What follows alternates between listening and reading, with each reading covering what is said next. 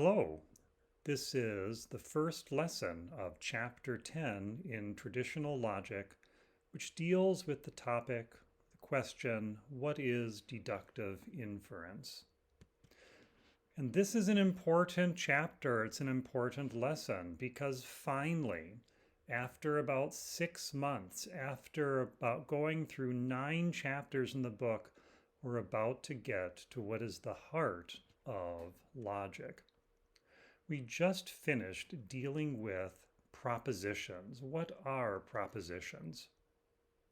We talked about the 4 statements of logic, which are the 4 propositions. The A statement, which says all S is P, an I statement, which says some S is P, the E statement, which says no S is P, and the O statement, which says some S is not P. In Chapter 6, we started talking about the relationships that these statements can have with one another. But now finally, we're going to move from this, from what's the foundation of logic, into what is the heart of logic, deductive inference and the syllogism. This has to do with reasoning. We defined reasoning as the act by which the mind acquires new knowledge by means of what it already knows. It's how we form the big picture of things, how we fit pieces into a puzzle and begin to understand the world around us. There are 2 kinds of reasoning. There is deduction, or what we call deductive reasoning, and there is induction, or inductive reasoning. Inductive reasoning is when you take specific examples, specific evidences in the world around you, and try and form general conclusions. It's what you're doing when you get stung by a bee and you then decide that all flying insects must sting, and so then you become afraid of them. Or when you do things like say, all the girls that I've met like the color pink, therefore all girls like the color pink. Or when you say, all the boys that I've met like sports, therefore all boys like sports. As you can see, inductive reasoning can lead to some good conclusions, but it can also lead to false conclusions.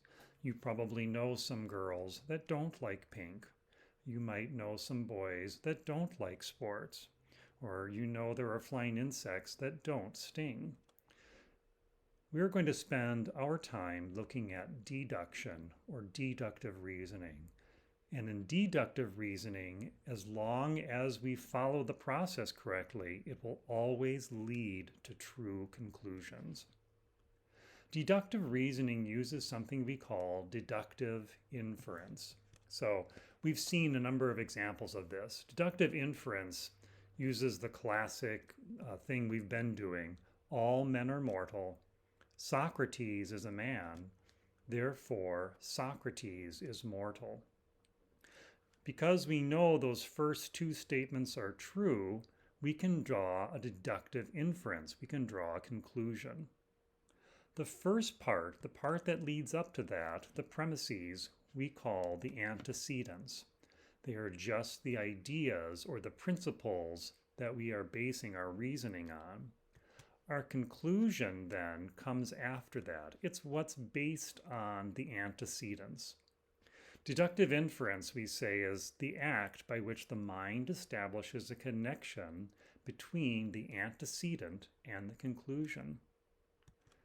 Deductive inference is the mental act. The verbal expression of this is the syllogism. The syllogism is going to be at the heart of logic. We say a syllogism is a group of propositions in an orderly sequence, one of which, the consequent or the conclusion, is said to be necessarily inferred from the others, the antecedent. So it's a very technical definition, but again, we've seen this over and over, and you've done this even before you ever took logic. When we say all men are mortal and Socrates is a man, those are the antecedents. Because both of those things are true, we necessarily infer, or we deduce, that therefore Socrates is immortal. We come to a conclusion based on the premises. A syllogism, a true syllogism, will always contain two premises and a conclusion. We'll never have more than two premises. Of course, we'll never have more than one conclusion. Syllogisms are very useful for making deductions. They're very useful for presenting arguments and helping people come to conclusions, but we have to be very careful with them because even though it's deductive reasoning, we can come to wrong conclusions if our syllogisms are not constructed properly.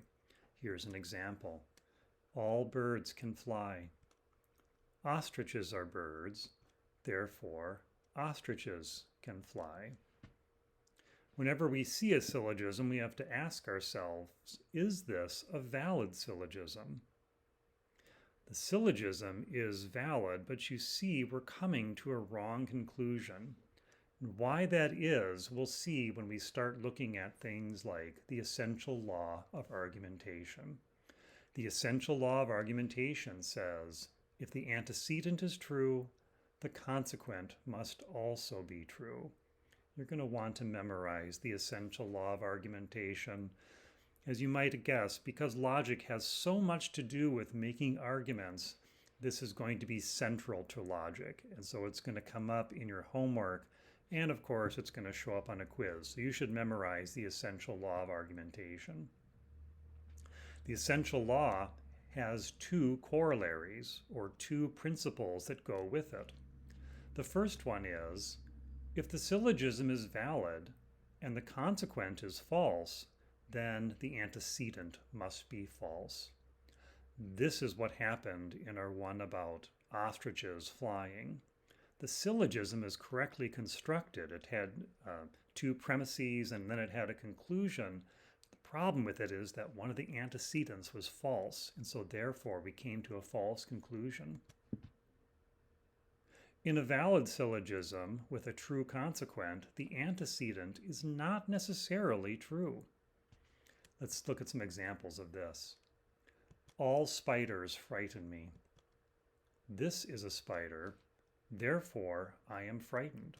We should ask, first, is this a valid syllogism, and is the conclusion true? Well, it might be true that all spiders frighten me, and that might also be true that what I'm looking at is a spider, but is it true that I am frightened? Perhaps I am not.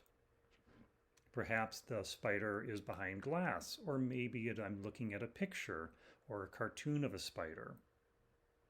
Therefore, the conclusion is not true. Here's another example.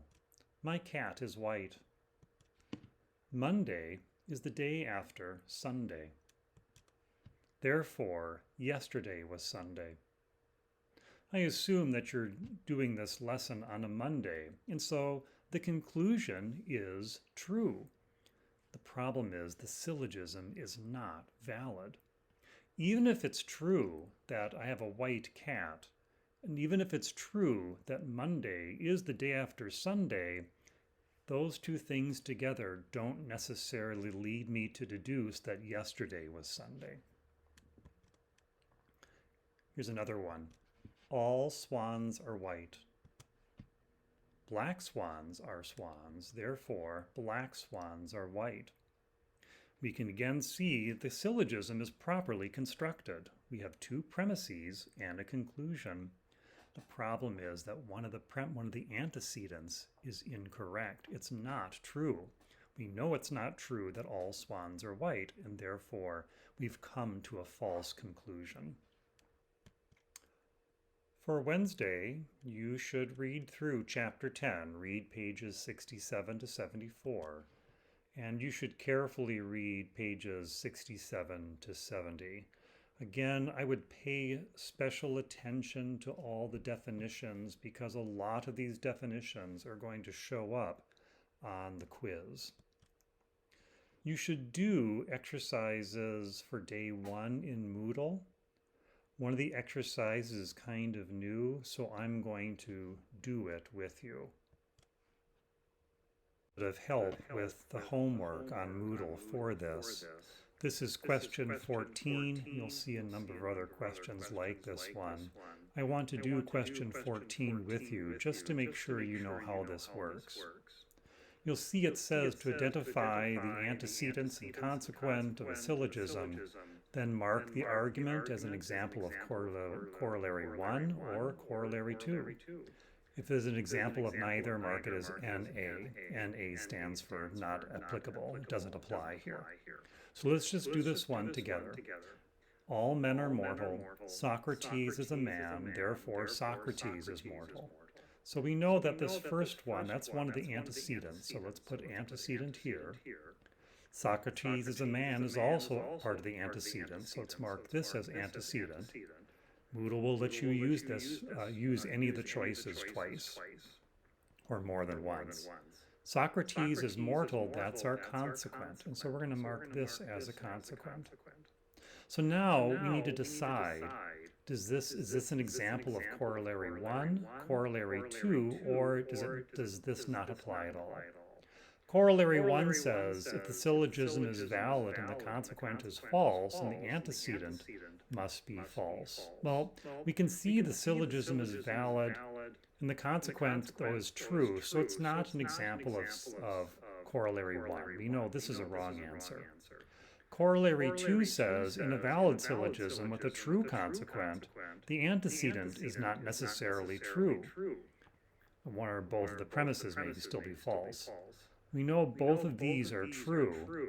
We know this is a true conclusion. Therefore, this one does not apply. Therefore, the answer must be this. Then just go to the next page.